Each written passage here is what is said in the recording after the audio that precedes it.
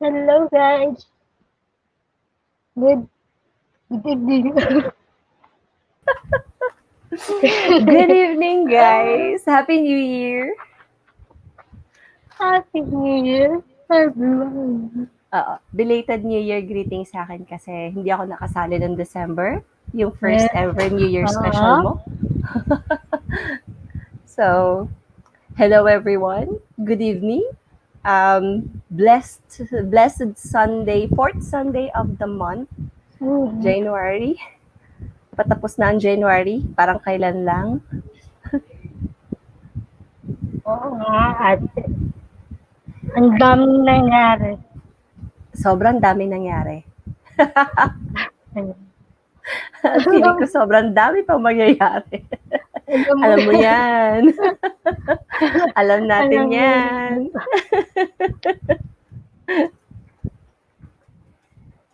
Yan. So So, may ano, nagtatanong sa akin kung nagsa-start na ba daw tayo. Sabi ko, opo, nag-start na po. Kaya manood na yes kayo. po. Nag-start na po kami ngayon. Yes, we are officially live. It's 8:02 p.m. and we've been live for over 1 minute, almost 2 minutes now. Yeah. And it's so good to be back, Rocky. Para ang Mhm. tagal. Ang tagal natin. Ang tagal, ano. We missed a lot of episodes last year. May hindi Yeah. tayo nagawa Mhm. kasi may mga sudden changes sa schedule ng mga lineup ng guests natin. And then last December, and kumbaga New Year special mo, I wasn't there. So I wasn't feeling well. So, but Floor was with you and he's not with us now kasi siya naman Yes. ang may sakit. Siya naman. So, pinasa ko sa kanya yung sakit ko. So, Oh, Floor, if you're Floor. watching, Sir Floor, if you're watching, get well soon. I love it, Johnson. Oo, dapat sa February magaling tayong tatlo. Wala dapat sa atin magkasakit. Bawal. Dapat ako. Wag! Kasi birthday month mo yon. Hindi pwede. Bawal kang magkasakit. Lalong hindi ka pwedeng magkasakit. Kasi, di ba marami ka naka-line up na topics for your birthday month? Yes. Alam ko may naka-line up na pampakilig eh. Alam ko yun eh. Di ba? Ayan. Tingnan mo, minimension ko pa lang, kinikilig ka na. Di ba? Viewers, listeners, you better watch out. Kasi, kita nyo si Rocky, sinabi ko lang na may naka-line up na pampakilig. Ayan, kinikilig na siya. Kaya, for sure, kayo, pag nag-tune in kayo, the entire month of February on the special episodes or sa lahat ng episodes ng I Love Rocky, mas kikiligin kayo. Kasi nako naman. Ayoko na magsalita. Let's just keep them wanting for more. Mahaba na hair. Humahaba na nga hair mo, bebe. Ayun. So, anong trip natin? Anong trip natin ngayon? Okay. It's basically, teka, magpapakilala tayo ulit para dun sa mga new listeners natin. Ayan. So, this is a very special episode on I Love Rocky channel. This is called The Young Change Makers. And basically, Rex, pang ilang episode na natin ito? Wait lang. I can't remember. Sige, isipin mo muna kung ilan. Basta we launched siguro middle part of last year. This is again, there are two hosts invited for this special program, and kasama namin dito si Sir Floor. He is an IT expert. Tama ba ako, Raquel? Economics expert. Yun. Ang guest pala natin that time, IT. Yun pala yun. So, we launched last year. Ang mga guests namin are young professionals in the government and in the IT industry. So, yun yung guest natin. It was Ruvel and Christian? Correct, Christian. We were trying to play matchmaker then that time. But successful naman yung friendship. Okay. Oh, di ba? Naging matchmaker tayo ng friendship. It can be friendship lang naman. It doesn't have to be anything Okay. serious. And by the way, my name is Cheryl, or you can call me Sheng. And I'm so happy to be here. I'm so happy to be a part of this show. And wala lang, relax lang ito, chika-chika lang kami. And for tonight, Okay. we actually have a very relaxed kind of episode for all of you. Wala lang, hindi kami masyadong serious. We decided na it's just gonna be kwentuhan, it's just gonna be, wala, chikahan, ganun lang. And especially since it's New Year, so wag muna tayong masyadong mabigat kasi ang bigat na ng pinagdadaanan natin sa buhay. I mean, since last year, since the pandemic, alam ko a lot of us are going through a lot of stuff, a lot of changes, a lot of struggles. But Rocky and I and the young change makers are just here to support and guide all of you. So for tonight, we have planned a very special episode, very special topic, and a very special guest. Sana maka-join siya sa atin. And if not, um, Ito na. if andyan na. Okay. Kasi if not, tatawagan namin siya. Kasi kung hindi siya makaka-join, tatawagan namin siya at kukulitin namin siya. Yun yung plano namin. Mangungulit kami ngayon. so kung may biglaan kaming mga tawagan dyan, you better prepare. And you better answer us dahil we'll hit you with questions right away. So hindi kayo makakawala because we're live. So walang kawalaan ito. So Rocky, yung special guest natin, is he coming in? Is he joining us? Yeah. Hintayin. Ayan na. Hintayin na natin. Sige, hintayin natin. Sige, so while we're waiting for our special guest, Raquel, let's just do a little bit of catch up since we're still in January. So it's still basically New Year. And ako, nasa New Year hype pa rin ako. Although, I feel like it's been a while since the New Year celebration already because a lot has happened already. But the thing is, parang feeling ko every day should be a celebration. So, I am celebrating. I choose to celebrate. So what about you, Rax? What's special about your New Year?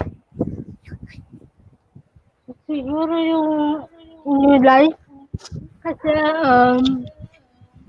kahit New na may ano? mga New new life.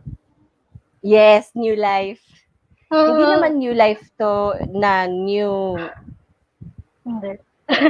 Okay. Hindi pa. Hindi pa. Pero going there. Yeah. So when you say new life, Rocky, can you please define it? Thank you for that wonderful question. Yeah. Ano to, pang universe? What is new life for Raquel? Oh, yun. Yun ang pang Miss Universe. Siguro new hope. Kasi, New hope. I'm graduating this sem. Yay! Yay! So, ano yan, talagang new life and new hope talaga yan. Kasi ngayon pa lang sineselebrate na natin siya. Okay, Rax, go on. So, please welcome Gideon. Andyan na. Hi. Hi, Gideon. Oh, magandang gabi. Magandang gabi din sa'yo, Gideon. Raquel, sino ba si Gideon? And what is so special about tonight's episode, having Gideon with us today? Mantitrick lang tayo. Okay. Gideon, if I may ask, nasaan ka ngayon? Saan ka located? Osaka, Japan. Osaka, Japan. Osaka, Japan. So, have you been living there or are you there for work? I've lived there since October. I started Gideon, sorry ha, pero you're kind of breaking up. I don't know kung ano yung reception ni Raquel sa'yo, pero sa akin you're breaking Okay. up. Yeah, I arrived here October last year, 2020. Kakasimula ko lang ng PhD program ko dito. Oh, wow. Nice, And nice. before that, I was actually living in Belgium, where I completed a 1-year program, which was also in preparation for the PhD that I'm doing. Ang galing naman. PhD of Galing na, what no? kind of track? Oo, ang galing naman, Gideon. I mean, what profession are you in? Actually, I'm trying to get more into public policy. So yung PhD ko dito is with the Osaka University School of International Public Policy. Wow, ang Which galing is naman kay... economics based. Mm-mm. Ang galing. Galing, ang galing, ang galing, ang galing. Salamat. But, prior to arriving in Osaka, you lived in Belgium? Also for Yes. studies? Also for studies? Dapat doon ko ginawa yung PhD ko. Mhm. Pero naubos yung funding ko after 1 year, and I was able to secure funding here in Japan. So basically lumipat na lang ako dito. Ang galing naman. Ang galing.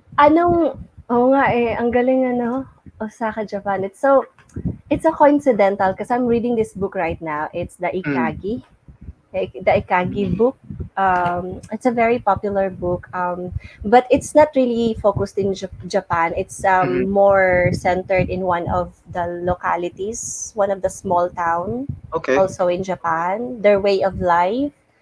So parang positive book siya, and it has a very great impact on a healthy living, a healthy lifestyle. Okay. Parang ganon.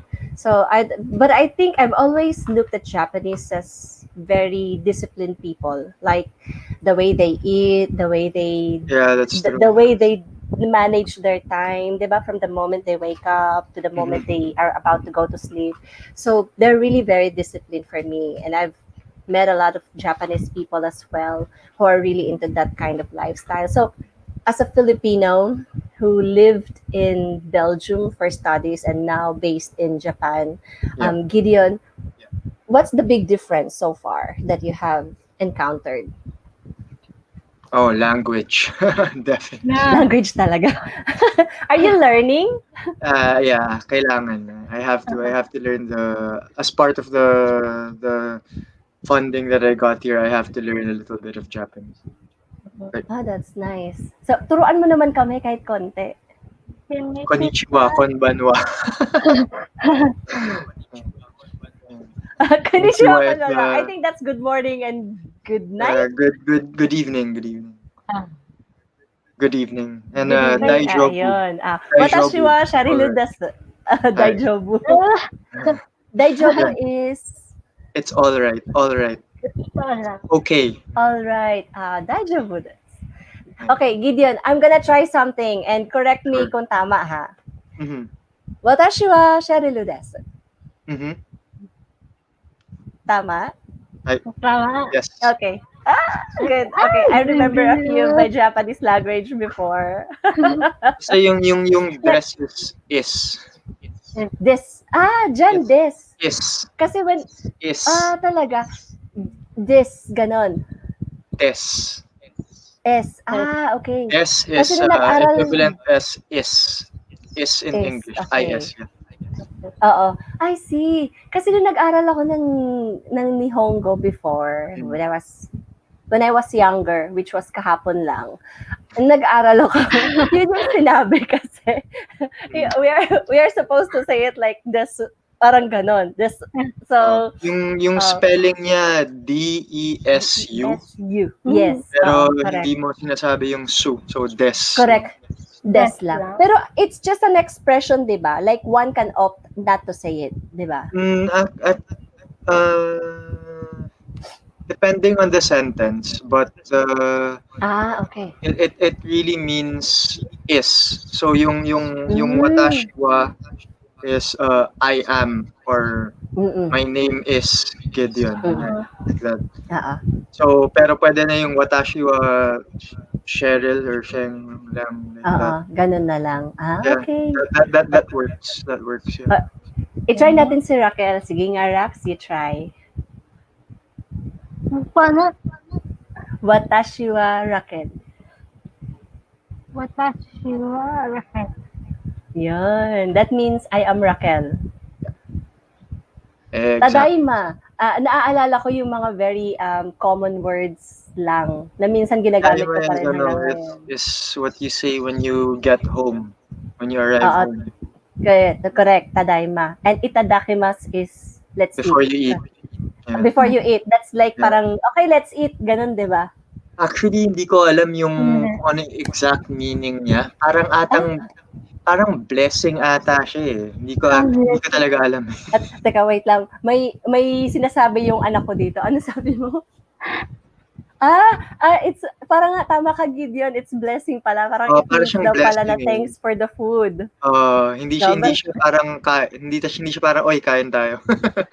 It doesn't matter basta para sa akin pagkain, okay lang 'yun.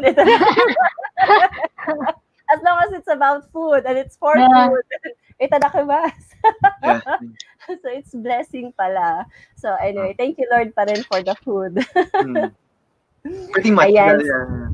Oo. So Gideon, what exactly are you doing now? Well, now I'm doing independent study for my dissertation. Wala pa akong exactly formal program that's supposed to start in April dahil sa medyo na-affect rin ng COVID yung education system dito. So what's really preoccupying my time is Nihongo. Like I have to it's the only graded class I have right now, and I have Japanese class every day. Wow. Pero aside from that, I have other I'm doing my research because I'm also trying to get a paper or a study published with a journal. That's also taking up some of my time. Wow, that's nice. So, how's New Year in Japan? Do you live alone? Yeah, I live alone. Actually, medyo malungkot yung Pasko tsaka yung New Year dito eh. Kasi it was actually like my first time to be completely alone for the holidays. Even though I've lived in other countries before, lagi akong may kasamang either kaibigan o kapamilya sa Pasko or sa New Year. Pero ngayon, mag-isa lang talaga ako. Tapos may language barrier pa. Tapos may COVID pa. So hindi ka talaga pwede lumabas. So wala. So speaking of COVID, speaking of COVID, Gideon, you mentioned you arrived there October, diba? Was it difficult? Was it difficult to travel from Belgium to Japan, especially during the pandemic? No, I was pretty fortunate na medyo smooth yung transition. I had to stay in the Philippines for 1 month while I was awaiting the paperwork of Japan. Kasi because of the pandemic, tinigil nila yung processing of visas up until I think the start of September. And that's the only time that they let I think it was just students and people who had jobs to move into Japan. That's the only visas na pre-process nila. And so because of that, it wasn't difficult naman, pero pagpunta dito, I had to mandatory quarantine for 14 days. Oh, so it's the same thing. Yeah, kailangan. Tapos before that, I needed to do a PCR test before leaving.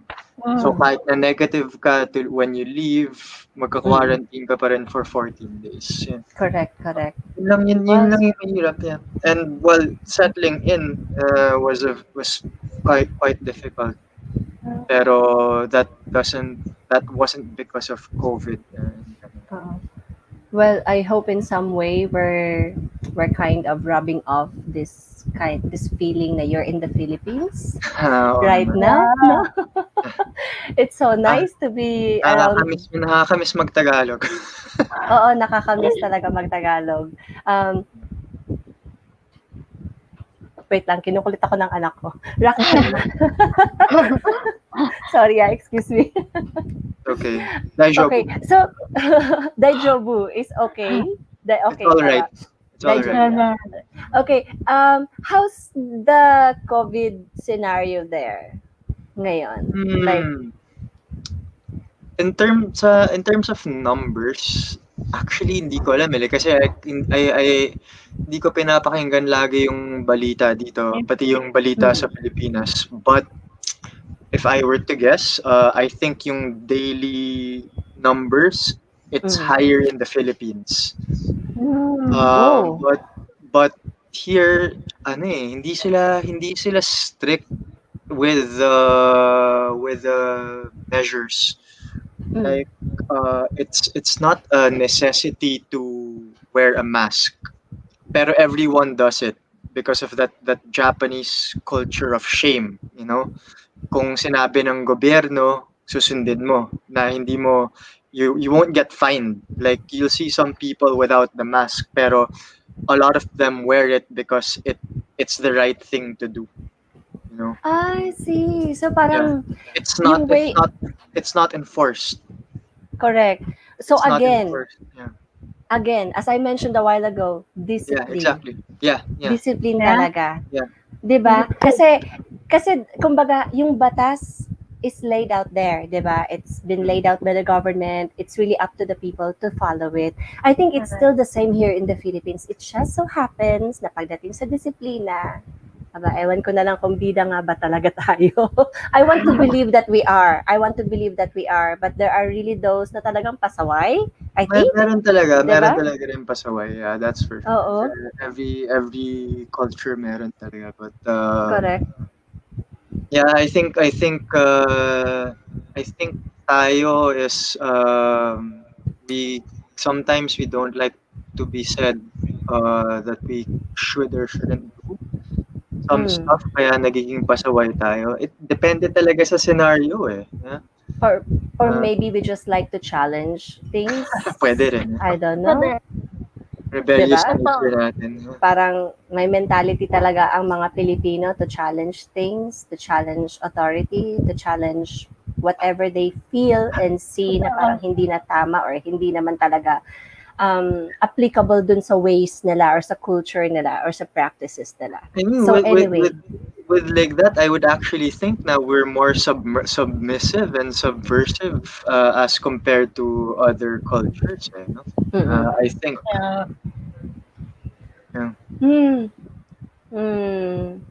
I don't know. I'll have to agree to disagree. Sorry. Each his or her own. Correct. Pero Gideon, on a lighter note, Gideon, are you still single? Yeah. You're single. Baka Yes. naman may napupusuan ka na diyang Haponesa. Wala akong nakikilala dito.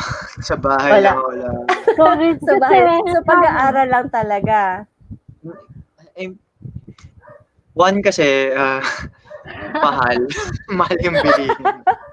Wait, mahal ba ang bilihin o mahal makipag-date? Let me just clarify that, Both. ha? Both. Okay. Tapos ngayon winter ngayon. So medyo malamig sa labas and parang just stay at home. Correct. I stocked up on books and like other hobbies to keep myself busy, but it's quite especially now kasi I think the last 2 weeks nag-declare na ng state of emergency yung prefecture of Osaka. So because of COVID. The numbers are increasing. So is this because of the new variant? Or I'm not exactly sure, pero parang yung curve ng Japan is let's say up until November, medyo flat siya. Tapos from December to January, biglang bumaba. Yes. So now I think also Tokyo and the other big prefectures na ganun na sila, nag-state of emergency na sila.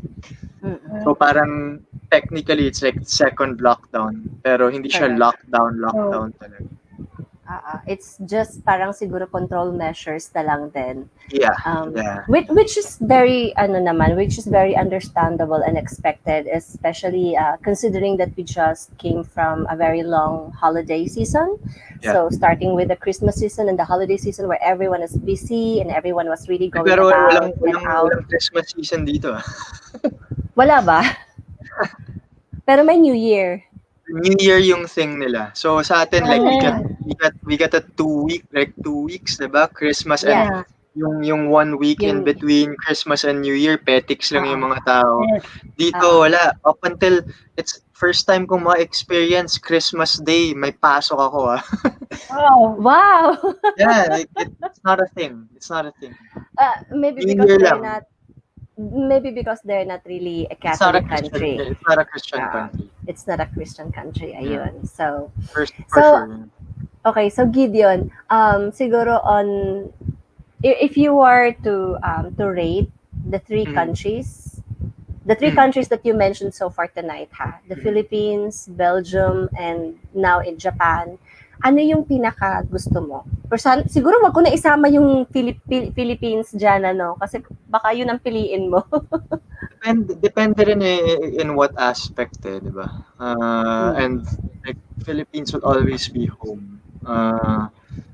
And nandiyan yung like 95% of my family and friends, so that's definitely something. Pero in terms of like quality of life, the way iba talaga pag iba iba dito, iba doon, and iba sa Pilipinas, like it has its up and down, so I can't really compare. But they all have their benefits and their cons. Oh, okay. Gideon, we have a viewer, Gideon, and my question dito para sa'yo. I see. You can read it naman, di ba? Yeah. Wow. Pero I'll read it out loud. What pushes you? What pushes you down? This is from D. Puntillas. Hindi ko kilala yan kung sino yan. No, I'm just kidding. Pinilit ko siyang manood actually. That's my younger sister. So sis, thank you so much for watching. Pero I don't know why you're using Puntillas. This is live. I didn't know this was live. Kala ko recording lang to or something. We are live, Gideon. So my sister actually is asking Gideon, what pushes you down to pursue PhD despite the pandemic? So it's really a good question, and I think a lot of people would really like to know. Kasi ang daming mga tao who would really like to improve, diba? And personal and professional development, but it was so hard, especially with the unemployment, with the closure of factories and companies. Pero what pushes you to do that? Actually, like this was a decision that I made 2018 pa, and I've been working on it since then. Actually, when I met Raquel, when I was working in the ICT, paalis na ako nun. Like I was already before leaving for Belgium, I worked for 1 year with the Department of Information and Communications and Technology. And I was just I really worked there for 1 year. In that 1 year in between that, before I left, when I got hired, I told my supervisors that I'm planning to leave by August 2019 to pursue further studies. And they're like, yeah, let's see na lang what good you can do in that 1 year that I was there. So I've been working on it na for a while. And what pushed me to do it was for the past 4 years, I've been working in the public sector, and I really think that that's where my heart lies. Before the Department of Information and Communications Technology, I was working with the Department of Transportation, And at the same time, nagturo rin ako sa Ateneo for 1 semester.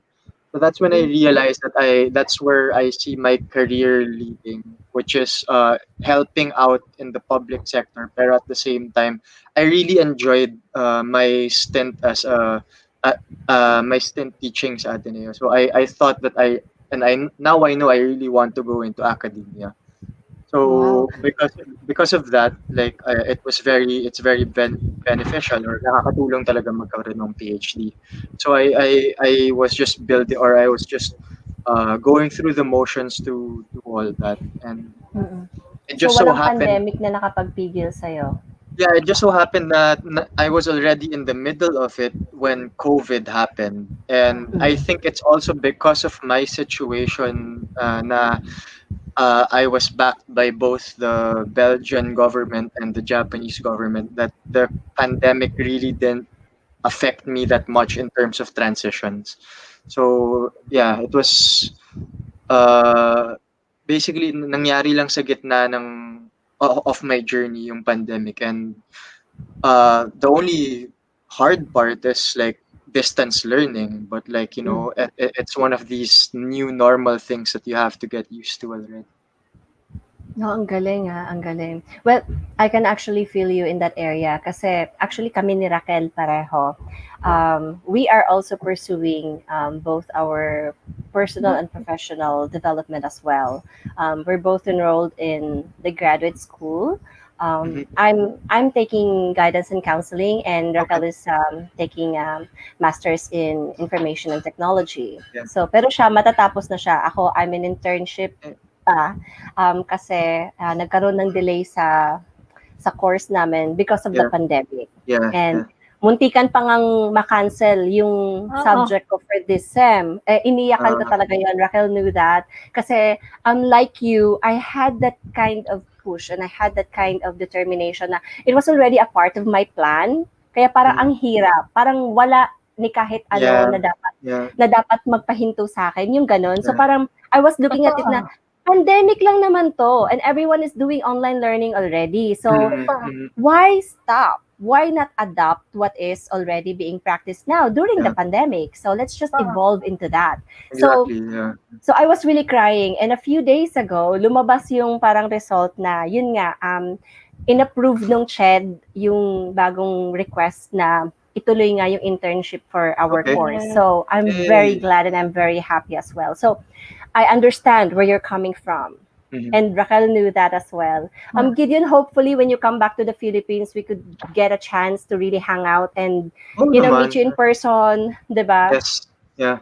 By the Why time naman? pagbalik mo dito, you will be one of the young professors already, sought after by the academe, by the Tignan natin. education Tignan natin. department. Hindi natin titignan, ipupush natin yan. Let's Mananawagan tayo sa DepEd. cross that bridge Sa lahat. when we get there. Oh, pero 2018 when you left the country. 2019. 2019. I decided January 2018 that I was going to pursue it. And during that time, masyadong mabilis to leave for 2018. Okay. So 2019 was the next one. And at the same time, the person who recruited me in DICT was actually someone that I was working with in DOTR. And they were like, oh, like we could really use someone of your expertise here in DICT. So parang it medyo na pirate ako in government agencies, and that worked out to my advantage. So, Gideon, for the benefit na lang din of our young listeners, siguro who dream of also getting a master's or getting a PhD outside of the country, kasi iba din naman talaga, let's face it, iba din naman talaga yung quality ng education na kukuha natin sa ibang bansa. How did you do it? And what advice would you give them? How? Well, one, you really need to want it. Kasi like, I think it also yung isla at archipelago ng Pilipinas doesn't really help in for us to live. Like it really traps us both geographically and mentally. Na just making that step to leave or to want it's such a big thing. Like it's very yun, you really need to want it kasi especially tayo mga Pinoy, we're like very family oriented. It's very hard to leave our families. So once you really know what you want, the and you have to do your research. You need to know where you're gonna go. Also, you have to look at all the opportunities that is given to you or that are available out there, like certain programs, certain scholarships. Take advantage of those all the time. I definitely wouldn't be in this position right now if it weren't for one my yung grandmom ko. She's actually also not. She's the only grandparent I have left alive, and she's not doing very well. But before that, she was a university professor, and I really looked up to her. Tas siya yung nagbigay sa akin ng, oh, you look at this scholarship, all of this, blah blah blah. So siya yung nagbukas ng mundo sa akin in that aspect. Like if it weren't for her, I wouldn't really have known about all of these opportunities. So it really pays to keep your eyes, and especially now na lahat naman tayo na almost everyone has access to the internet. Konting Google search lang. You just have to, one, know what you want or really want it, and two, you have to do your due diligence to actually apply. Kasi even the application process, madugo eh. Yeah, it takes time, di ba? It takes time, and then you're going to have to deal with Philippine embassies and all these government agencies. Like, Yes. the At saka yung bureaucracy. requirement. Exactly. It's gonna take up so much of your patience. That's right. So Gideon, let's talk specifics. When you got the Okay. scholarship, when you went to Belgium first for your master's, and you already made a little bit of story on how you got to your PhD from Belgium. But from the Philippines, doing your master's in Belgium on a scholarship, correct? Something like that. Yeah. It's not Okay. exactly On a a scholarship. scholarship. Yeah. Talaga? So, paano mo ginawa yon? Specific ha? Kasi ako, I understand na parang may certain requirement as far as yung education na natapos mo in the Philippines. Like, there are certain universities that are accredited outside of the country.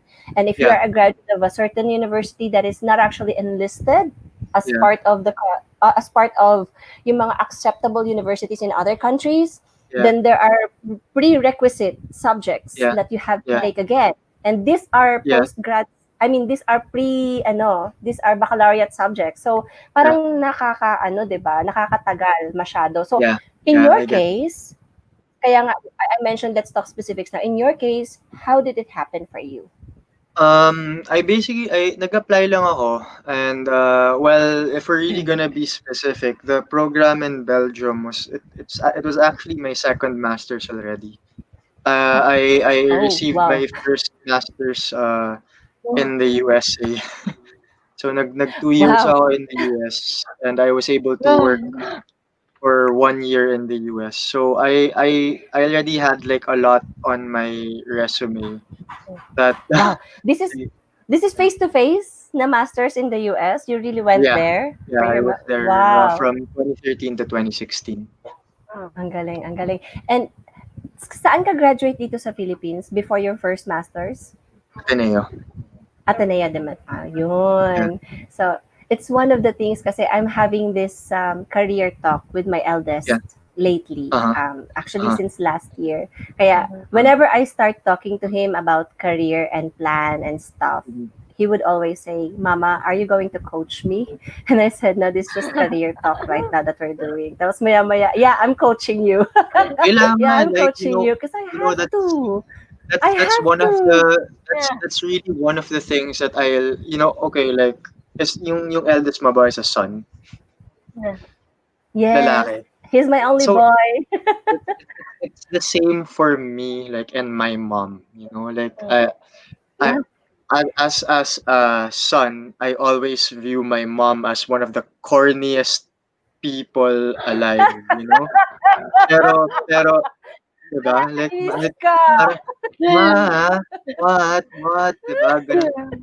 Pero, and I think this comes with age. As I got older, Yes. like I really really appreciate like all the things that my mom has been telling me, all the advice, like kasi that's wisdom talaga eh. That's and Mm.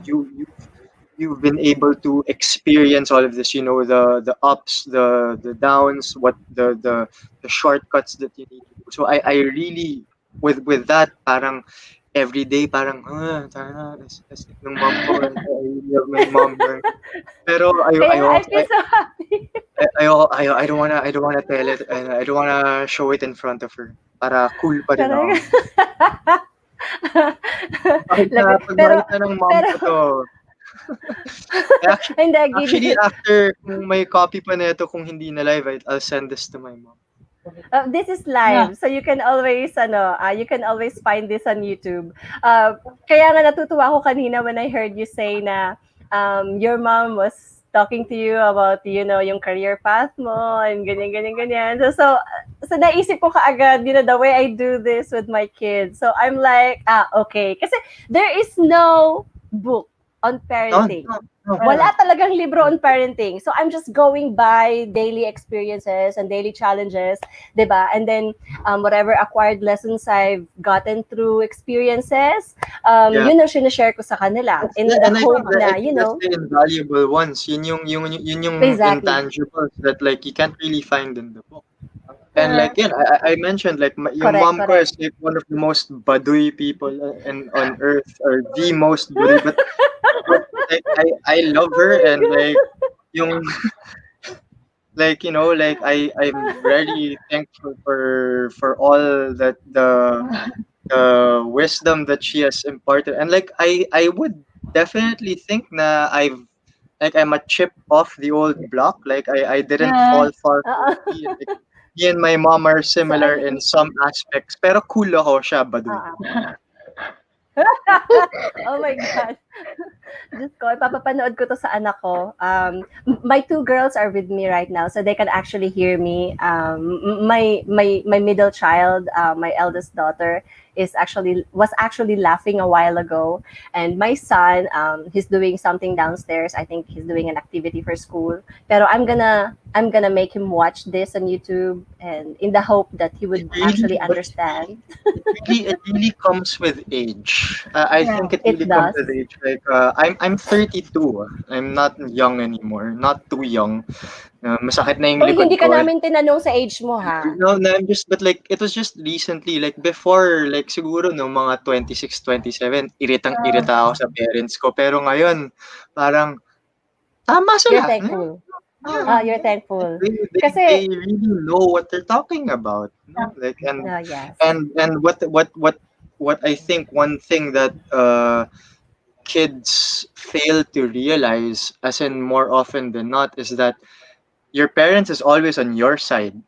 you know they Correct. always Correct. they always That is want so what's best true. for you. So that's That's that's so one of true. the things that Yeah. I think baka hindi pa alam ng mga anak mo.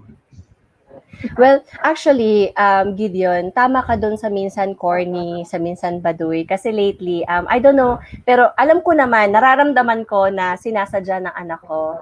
But he has this recent jokes on me. He has these pranks on me lately na minsan pag sinasabi ko sa kanya, this is really true ha, to the point na nainis na ako.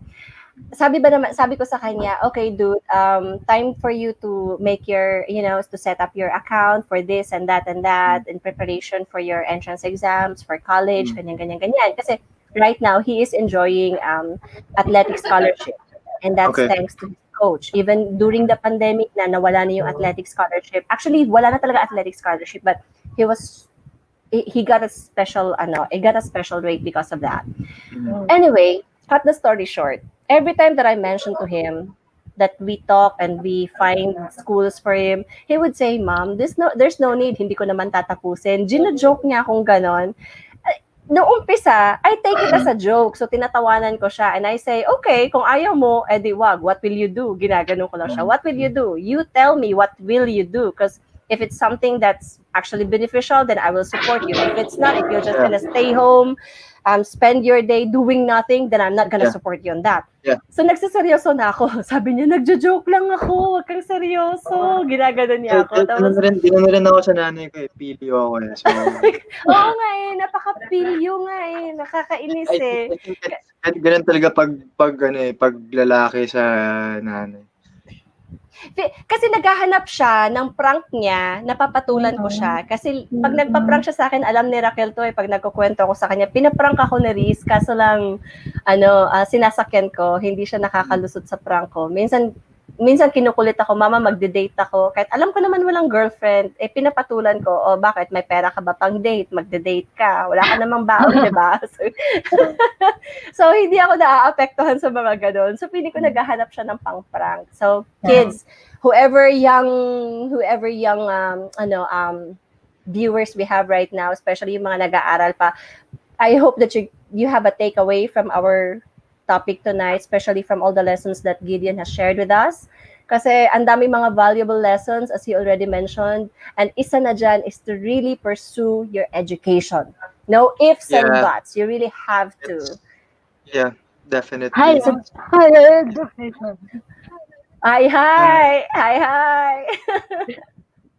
What? Sorry? So, high five on that one. High five. Gideon, Yes. Gideon, right now ba you have a girlfriend? Wala. Seryoso to ha? Wala. So, kasi, sabay ganun eh. Kasi, Valentine's Day is coming up. Mm-hmm. So, any plans for Valentine's Day? We are kind of doing a little bit off the topic right now. Medyo light naman tayo ngayon. Anything planned for Valentine's Day? Wala talaga? Raquel, tuloy ba yung special natin for Valentine's? Siguro. Pero may 2 weeks Siguro. pa naman. So, tignan natin. Baka may mangyari. Baka may mangyari. 3 weeks. I think they have 3 weeks right now. Yeah. But are you constantly, in conversation or kumustahan sa family mo dito sa Philippines? Yeah.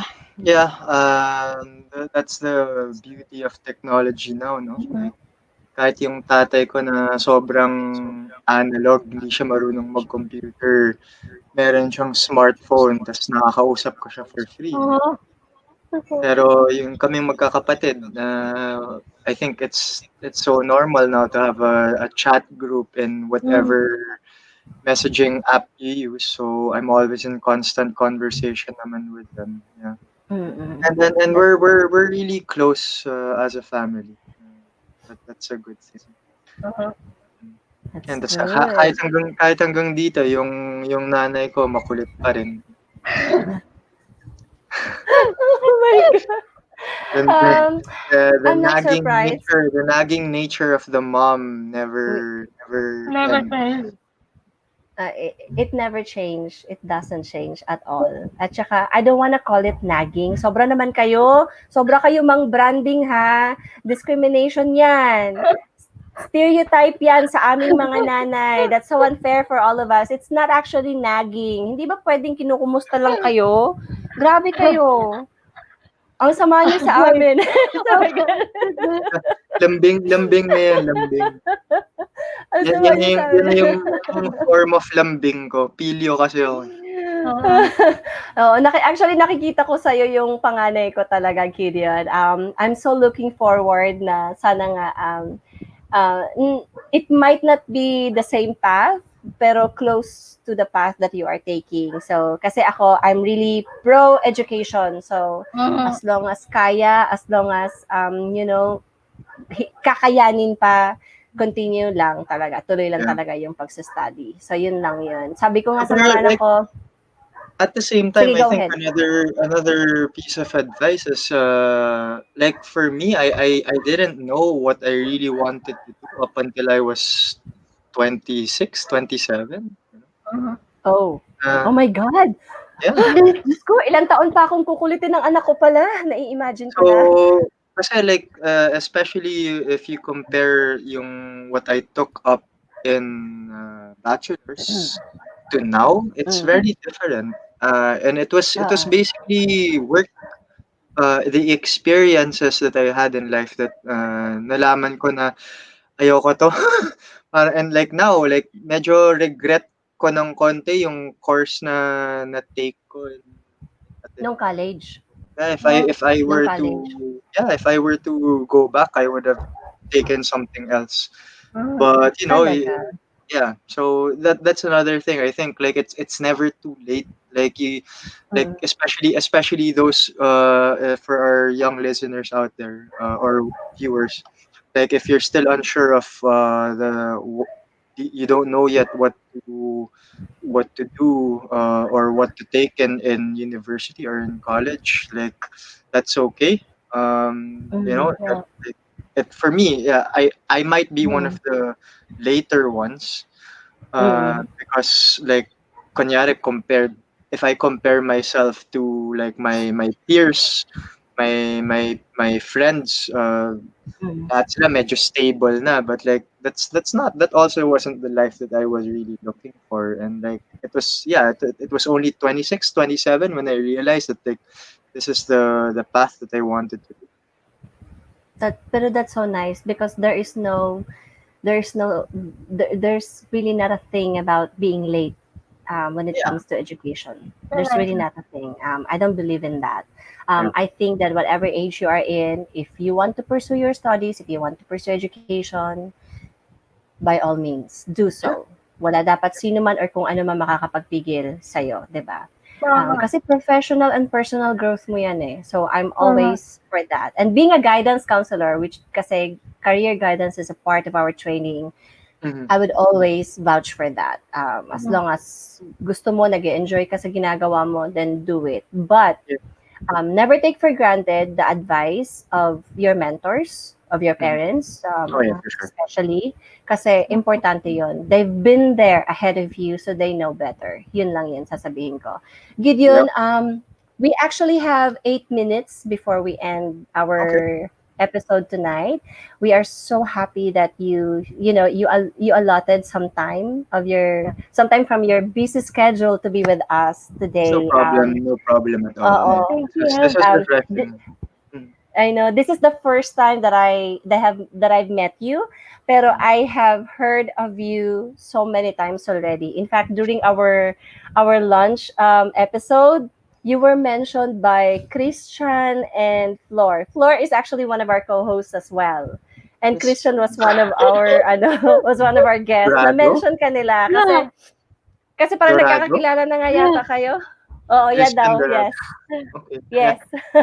Na-mention ka na nila because parang nagkakakilala na kayo from a convention or something kayo nila Raquel. No, we all Christian was actually my staff in Yeah. DICT. He was under me, Yeah.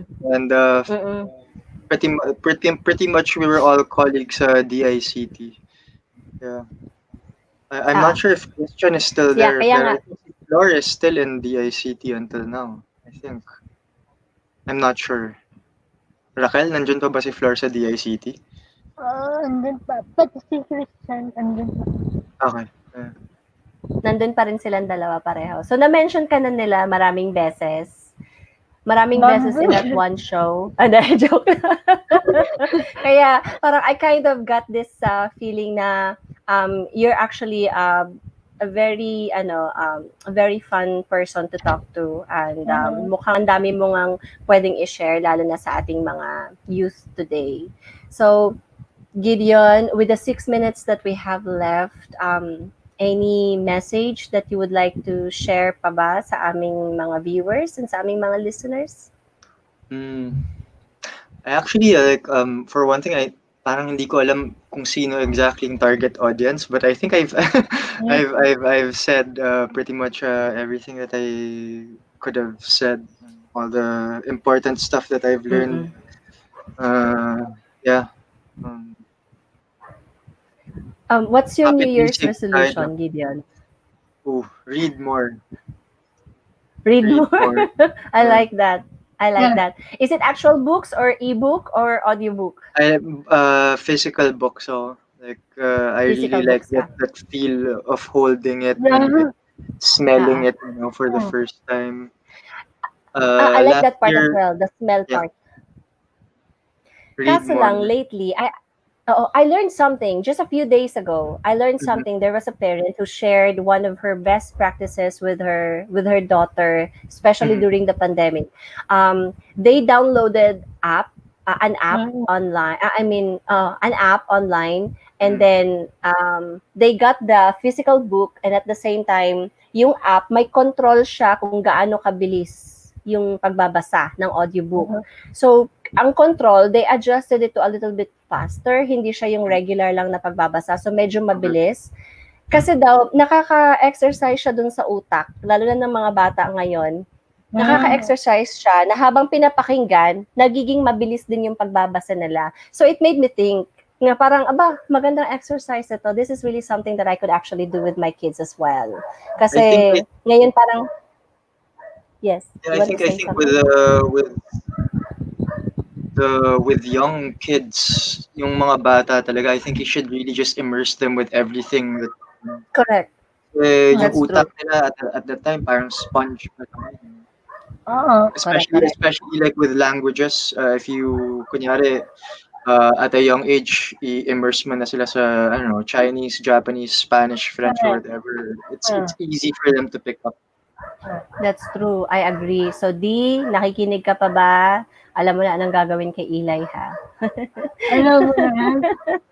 Alam na niya kung anong gagawin niya kay Eli. Alright. Raquel, you want to say something pa ba, Raquel? Salamat din dyan. Ako naman, thanks for reaching out, So it's been Ah. a long time. Huh? Anong oras dyan ngayon? I'm 1 hour ahead. So Ah. magta 10 o'clock ng gabi dito. Is it your sleeping time already? Hindi Is pa it naman. late? Actually, naghihintay nga ako ng email from my professor. Ganun ba? Ah. Okay. Lang. Bigla akong kinabahan. Akala ko kasi eto na yung oras na tulog ka na supposedly. So anyway, so Gideon, thank you so much for your time once again, ha. So if you want to hop off and Sure. say bye, we would respect that. But thank you so much. We are so happy and so glad that you are with us tonight for this episode. So all the Thanks best for wishes having for me. you. Good luck. Good luck on your studies Likewise. and wish you all the best. Bye. Good night from here in the Philippines. Bye, guys. All right. So Raquel, let's stay on. We have 2 minutes left. Ayan. So, anong message mo doon?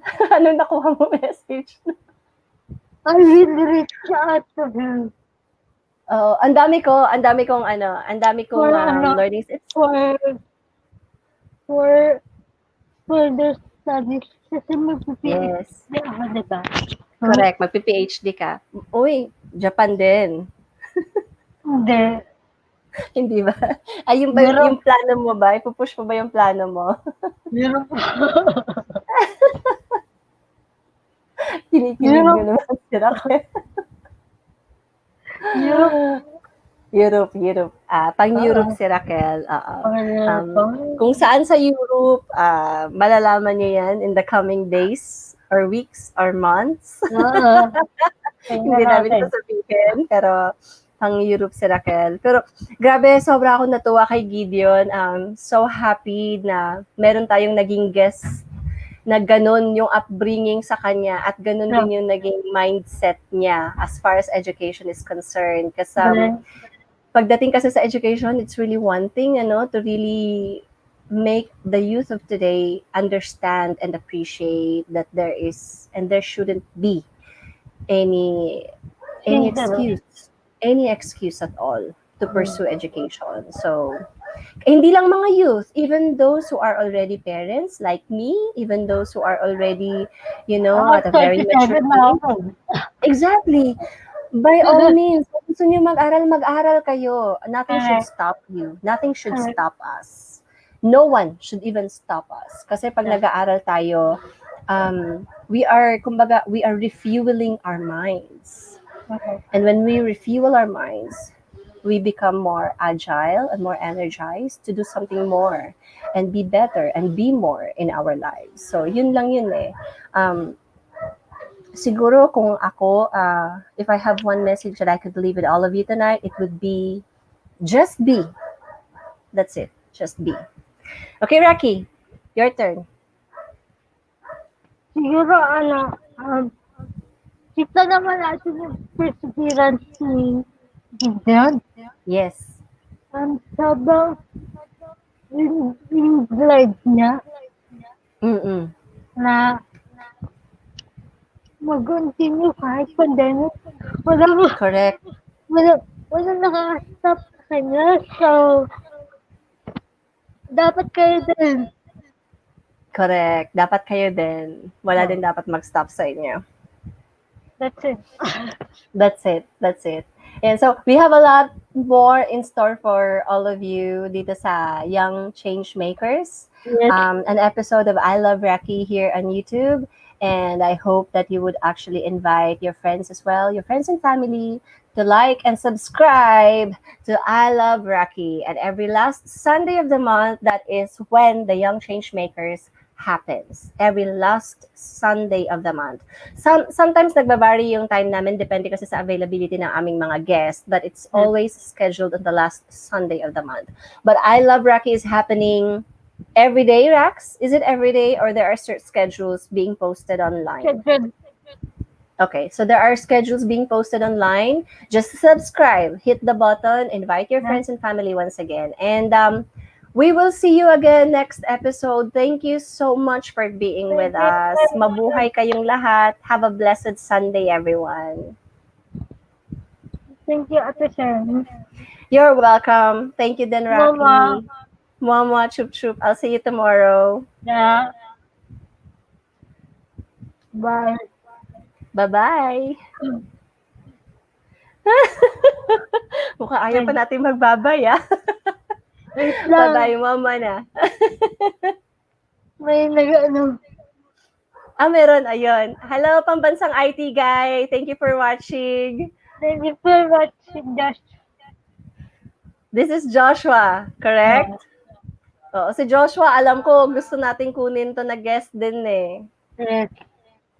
So Joshua, hopefully, in the coming episodes, you'll be one of our guests as well. Tingnan natin. So, yan. Thank you very much. Thank you once again. Bye, everyone.